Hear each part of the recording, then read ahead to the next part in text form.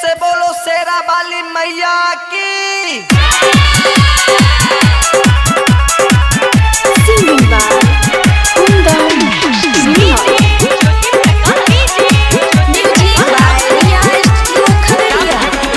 करी शेरवा के मैया सवारी आइले बेटा के अपन दुआरी, आइले बेटा के अपन दुआरी।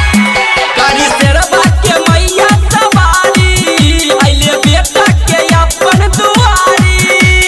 हाथ में त्रिशूल शेर के सवारी आइल जय मैया दुलारी, दुलारी। शेरवाली के पूजे दुनिया सारी, मेहरा वाली के जाने दुनिया सारी।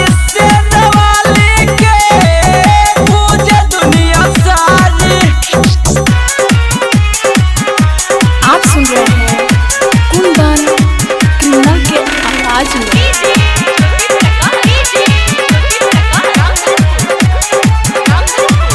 बात मानो धनिया हे पूजा माई के चरनिया हे।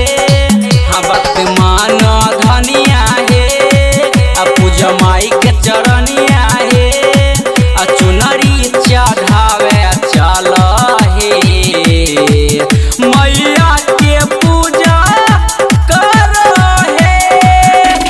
कर पूजा अब देर न लगाबो, मंदिर में आइल छै माई, माई। शेरवाली के पूजे दुनिया सारी, मेहरा वाली के जाने दुनिया सारी। शेरवाली के पूजे दुनिया सारी। प्रेम से बोलो मेहरा वाली मैया की।